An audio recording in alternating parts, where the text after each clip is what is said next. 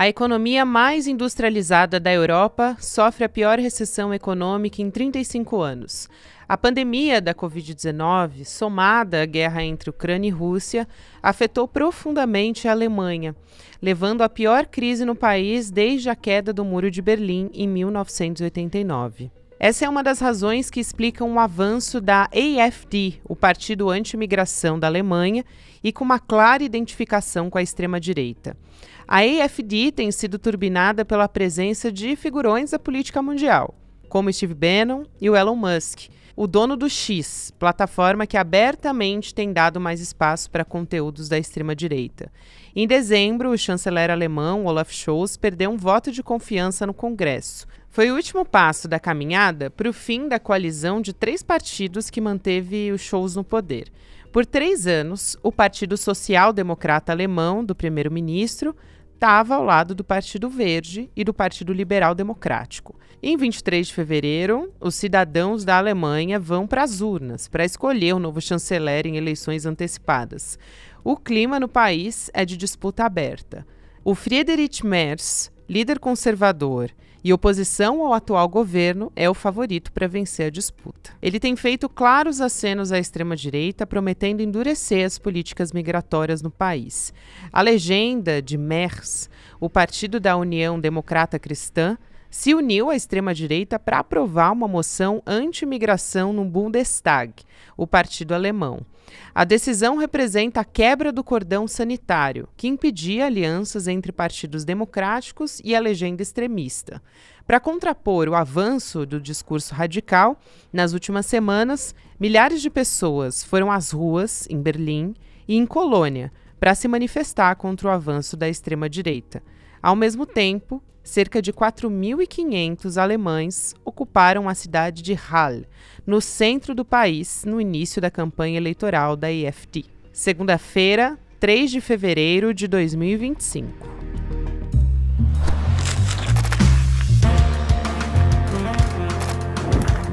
Sou Gabriela Varela, esse é o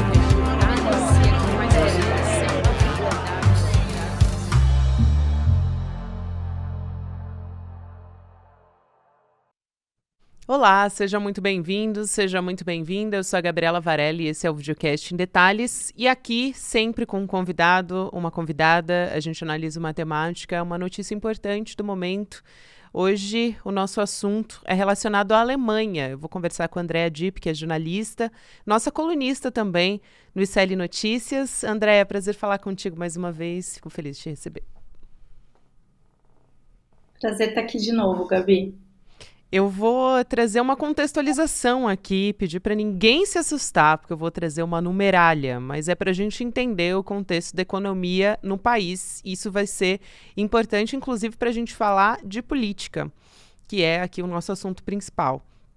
A Alemanha cortou as suas previsões de crescimento para 2025, então de 1,1% para 0,3%. E a economia do país já tinha encolhido em 2024 e em 2023.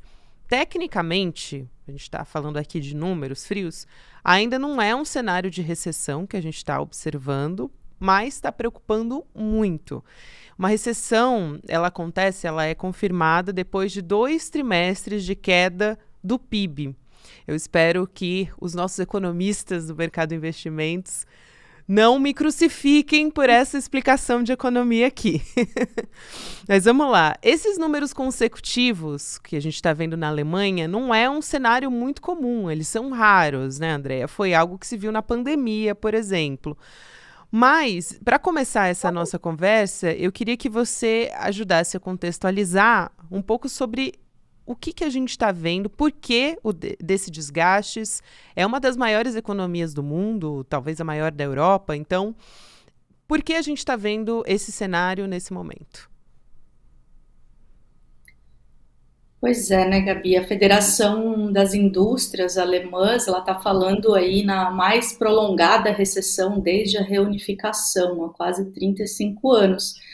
Os especialistas, eu também não sou especialista nesse assunto, mas os especialistas têm falado no aumento da concorrência externa, né, sobretudo com a China, nos altos custos de energia por conta da guerra entre Rússia e Ucrânia, taxas de juros elevadas, a Covid, que ainda traz, né, algumas consequências para a economia, e a crise política, né? Então, tudo isso junto tem trazido, de fato, um declínio na economia alemã, que é uma das mais fortes da Europa, né? Até então era a mais forte da Europa. E aí também foi no meio dessa crise financeira que a coalizão entre o partido do Olaf Scholz, que é hoje o chanceler da Alemanha, né? Ele estava governando numa coalizão entre o partido dele mais os Verdes e o FDP, essa coalizão colapsou e se pediram então eleições antecipadas, né, que vão acontecer agora em fevereiro. E por causa desses desacordos, né, de desacordos entre o chanceler atual, o Scholz, e o seu ministro de Finanças. Esse colapso dessa coalizão também é uma coisa que não se via há muitos anos na Alemanha, né? Então, a crise política e a crise econômica estão alimentando uma outra, né? E aí, claro, também tem as tensões sobre as relações entre a Alemanha e Estados Unidos, né? O Trump acena com a possibilidade de abandonar a OTAN, chegou a declarar que iria incentivar a Rússia a fazer tudo o que quisesse com seus aliados europeus, caso eles não pagassem mais, não ampliassem seus gastos com defesa, né? O Trump também está bravo porque a Europa vende mais do que importa e disse que vai impor tarifas generalizadas, né? Entre 10% e 20% sobre todas as importações.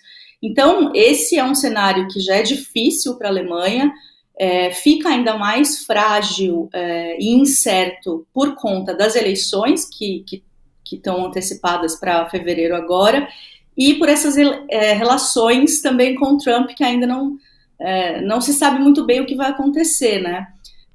E aí, enfim, vale a gente lembrar, claro, que a Alemanha é um dos principais parceiros comerciais do Brasil na Europa, né?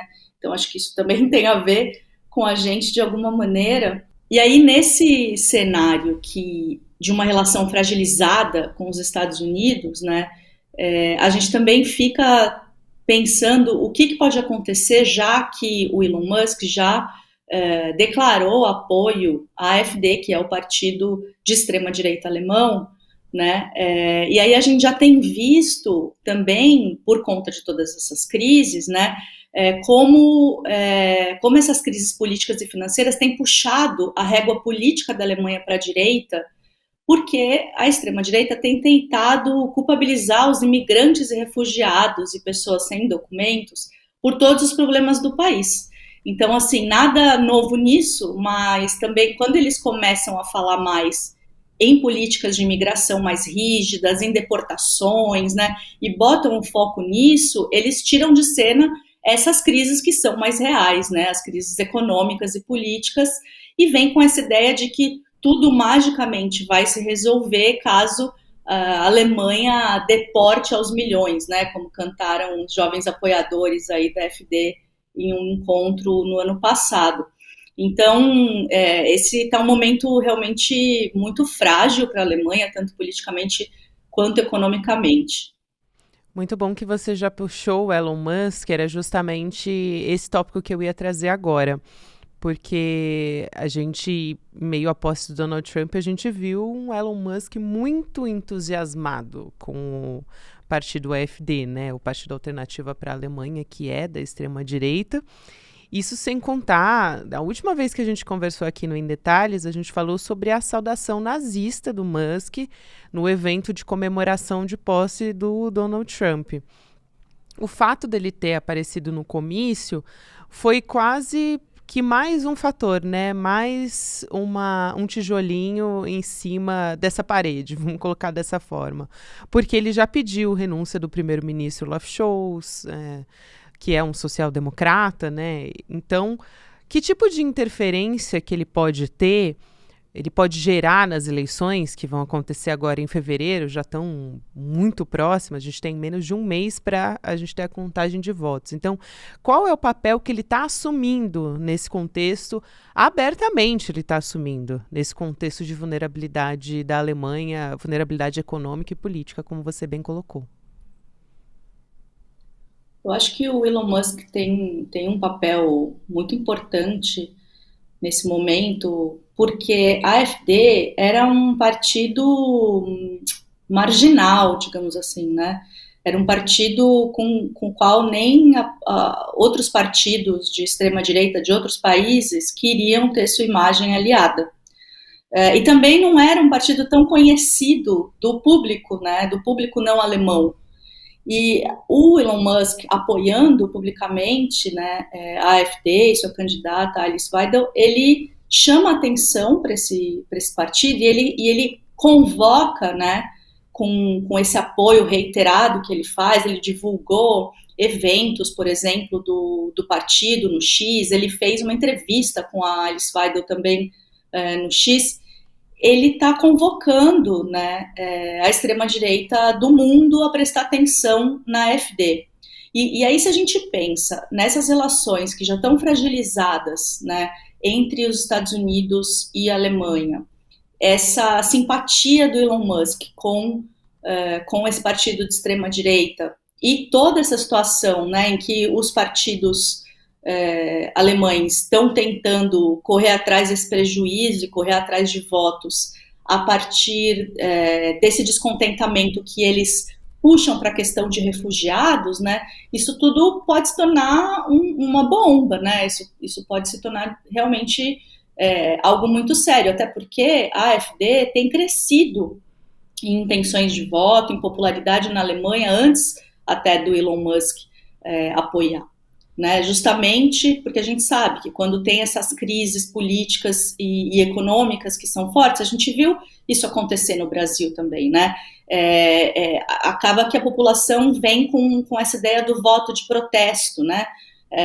Ou que também acredita nessas soluções mágicas que a extrema-direita apresenta, como, por exemplo, essa da AfD de que tudo vai se resolver caso se deportem imigrantes, né? Essa coisa de Alemanha para alemães, enfim, isso não é novo, isso aconteceu no nazismo, né? Aconteceu no fascismo, enfim, mas essa é uma estratégia que ainda funciona, assim. Então, eu acho que esse apoio do Musk, ele talvez abra portas com a extrema-direita do mundo, sabe? Tira a AfD de uma coisa local alemã e para fazer, de fato, coalizões e parcerias com a extrema-direita do mundo, assim. Essa era a minha próxima pergunta até, André. A gente está bem conectada, assim, porque isso é uma consequência não só para outros países da Europa, também, mas no mundo a gente pode ter uma contribuição, e eu não queria nem usar a palavra contribuição porque me dá a ideia de algo que é positivo. Nesse caso é algo bastante negativo, porque contribui para enfraquecer a democracia de outros países e também de instituições democráticas, né? Ele pode também, o Elon Musk, contribuir ou afetar, vamos dizer assim, o aumento da polarização na Alemanha? Então, os pesquisadores têm se dividido nesse ponto, assim, de o quanto o Musk de fato tem influência, né, sobre o voto popular na Alemanha. Isso tem sido, os especialistas estão divididos nisso.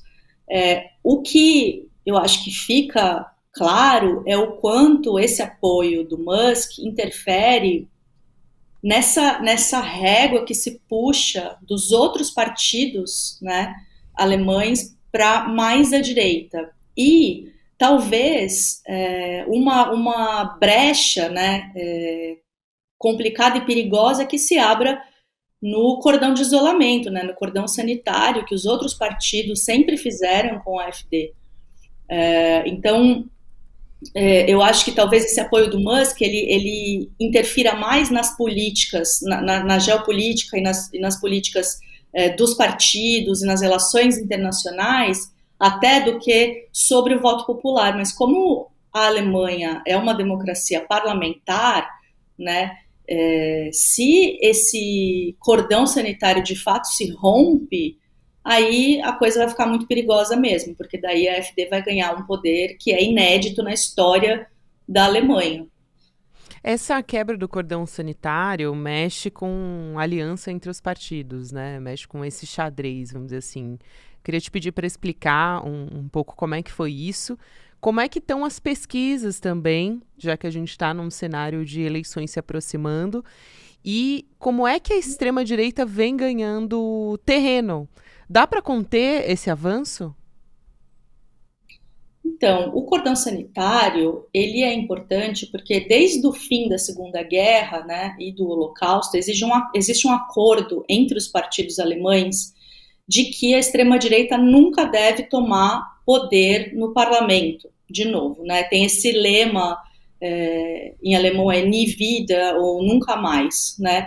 É um lema de não podemos deixar que a extrema-direita volte a ter poder nesse país. Então foi criado um cordão sanitário que também se estendia a colaborações abertas de qualquer nível entre os partidos políticos ultradireitistas.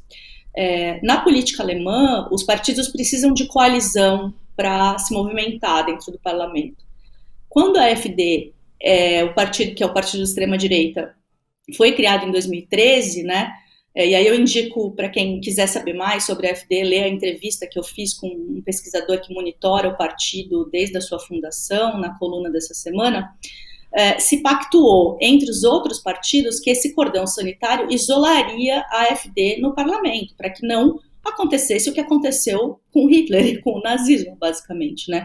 E assim tem sido até agora. Essa é uma base fundante da política alemã desde o fim do Holocausto. O que aconteceu? Nessa última quarta-feira, dia 29, o Partido Conservador União Democrata Cristã, CDU, que é o partido que governa a Alemanha nessas coalizões desde 1949 e que nessas próximas eleições está à frente nas intenções de voto, né? Você perguntou também sobre as intenções de voto, então a gente calcula que está mais ou menos 30% de intenções de voto para o CDU e 20% para a AfD, mas o candidato que estava sendo cotado como o próximo chanceler, o Friedrich Merz, ele violou pela primeira vez esse cordão sanitário quando ele apresentou para o Bundestag, o parlamento, né, uma moção propondo uma reforma que endurece as políticas migratórias do país. Os conservadores, né, como a gente estava dizendo, seguindo essa tendência que a gente observa no mundo, fizeram dessa pauta da imigração a sua principal bandeira. E na Alemanha, eles têm usado, principalmente de alguns atentados que foram perpetrados por estrangeiros, asilados ou pedintes de asilo, para fazer propaganda dessa política antimigratória. Foram 3 ou 4 atentados, mas eles estão se apoiando nisso para querer passar políticas xenofóbicas e antimigração. Em um dos congressos que eu me infiltrei, que aconteceu em Berlim no ano passado, até fiz uma participação ao vivo para o ICL de lá, tinha uma parlamentar da CDU, que é esse partido do Merz, né, que basicamente falou que não existia violência de gênero na Alemanha antes que a Alemanha fosse, abre aspas, tomada por imigrantes. Eu lembro que a fala dela me impressionou muito pela xenofobia. Eu já imaginava que a CDU estava se radicalizando a partir dessa pauta da migração, mas eu não imaginava que, de fato, o Merz quebraria esse cordão, aceitando o apoio da AfD e da líder do partido para passar essa moção, né, de endurecer as políticas de imigração. A Alice Weidel escreveu no X, antes da votação, que ela tinha coordenado com a CDU em torno dessa moção.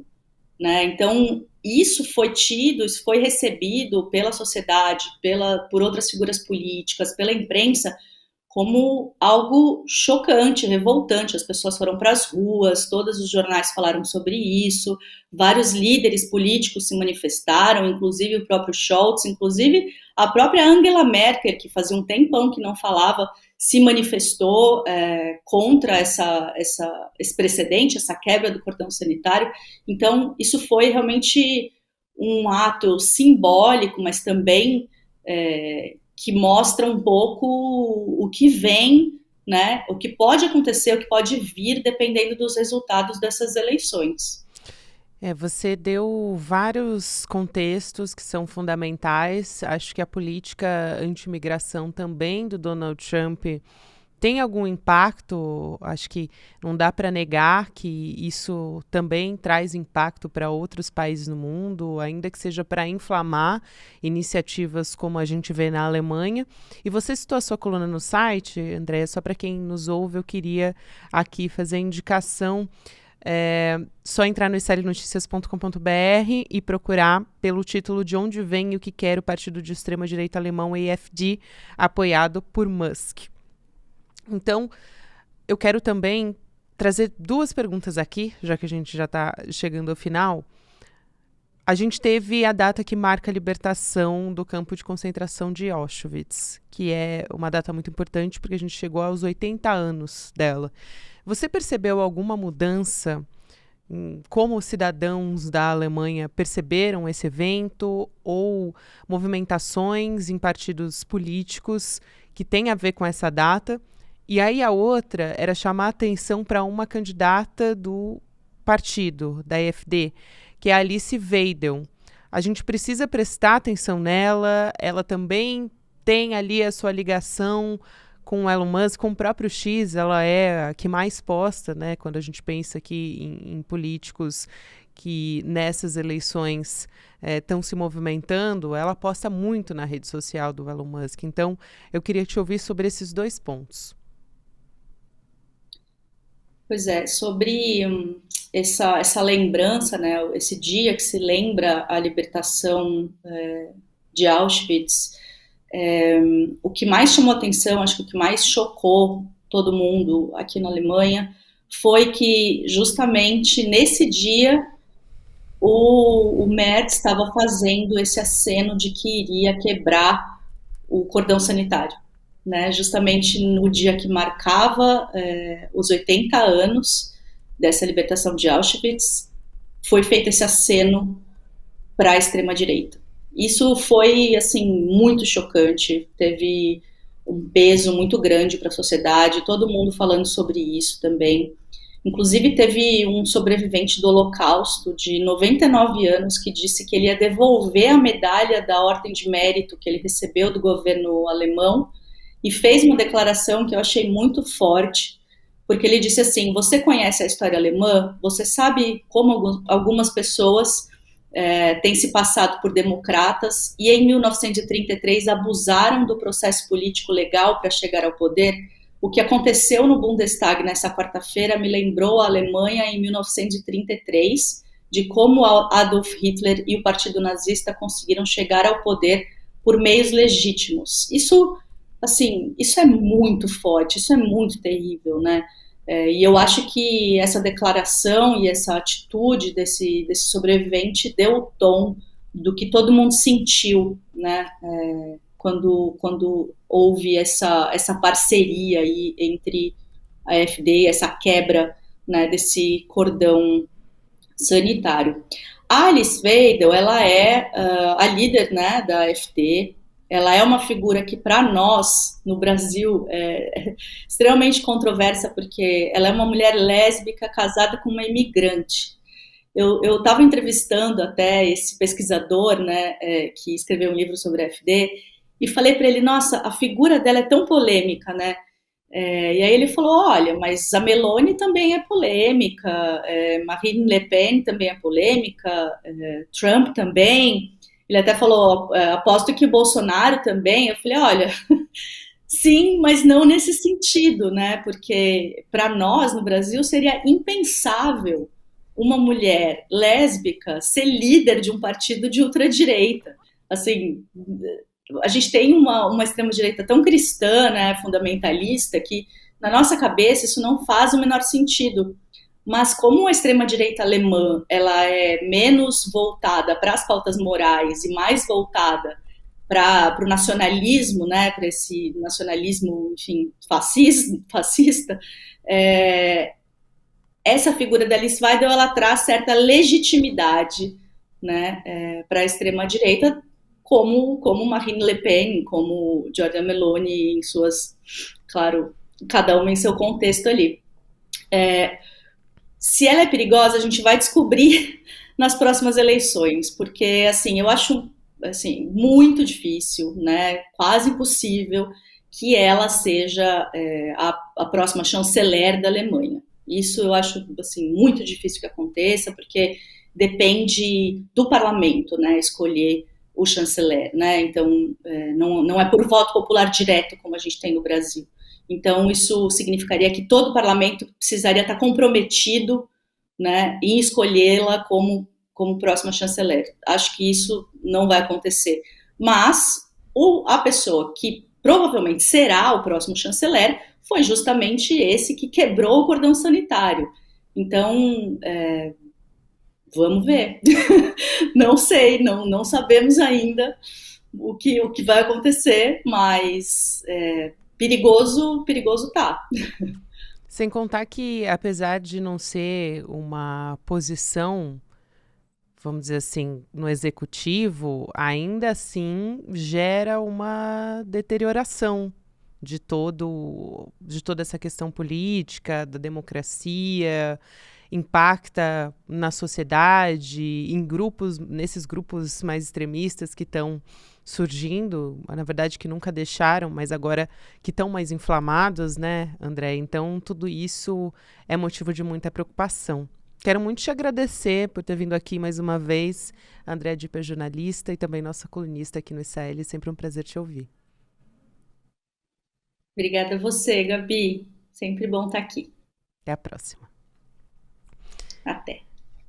Nesse início de semana, eu quero lembrar você que a gente teve um nosso evento, um dos maiores eventos que a gente tem aqui no ICL, de previsões de economia, o Mapa da Mina de 2025. O Eduardo Moreira deu uma aula aqui pra gente, explicou de um jeito simples para todo mundo entender como assumir o controle da sua vida financeira. Então, importantíssimo, se você não conseguiu assistir, você tem mais uma oportunidade para tomar as suas decisões com mais segurança, para entender o cenário que a gente está vivendo agora em 2025, que é de turbulência econômica total. Não só aqui no Brasil, a gente teve mais um episódio aqui no Em Detalhes que a gente tratou a respeito desse assunto. Então, a gente decidiu liberar a aula para quem ainda não conseguiu ver, para quem quer assistir de novo, para quem quer indicar para um amigo, enfim, para quem está precisando colocar as finanças em ordem. Eu, por exemplo. Então, vai ter o replay do Mapa da Mina de 2025, já está disponível, é por tempo limitado. Você acessa emdetalhesicl.com.br, garante a sua vaga, é de graça, mas a gente não vai ter disponível por muito tempo e o Mapa da Mina é a maior aula de investimentos que a gente tem aqui no nosso ICL. Então vale muito a pena, fica a dica para você proteger seu bolso, suas finanças agora em 2025. Obrigada a você que me acompanhou até aqui. Agora tem Mercado Investimentos, na sequência Rolê ICL. E você pode ouvir Em Detalhes todos os dias, de segunda a sexta-feira, nas plataformas de áudio também. Boa semana! Uau, que evento foi o Mapa da Mina 2025. Dezenas de milhares de pessoas, eu sempre penso, né? É o equivalente a vários estádios de futebol completamente lotados, aprendendo de uma maneira super simples, super fácil o que está acontecendo nos mercados, o que está acontecendo na economia do Brasil e do mundo, e aprendendo também como elas podem navegar, seja com seus investimentos ou com seus negócios, nesses momentos de incerteza, nesses momentos de turbulência. Foi maravilhoso e os comentários não param de chegar. Era um evento que não teria replay, mas muita gente está pedindo para assistir de novo, para fazer mais anotações, né? Porque tem muitas informações, muitos gráficos, muitas tabelas que elas queriam ter anotado e também para chamar amigos e amigas para assistir. Se você quer aproveitar essa chance, a gente liberou o replay do Mapa da Mina por um período bem curto, mas dá para assistir ainda. E no final, as condições super especiais que a gente ofereceu para as pessoas para fazerem parte do nosso grupo, que é acompanhado diariamente nessa questão de finanças e investimentos, a gente vai permitir que você que assiste o replay tenha acesso às mesmas condições também. Se você quiser, é claro. Assiste o replay e tenha uma caminhada muito mais segura nesse mundo das finanças e dos investimentos. Boa aula!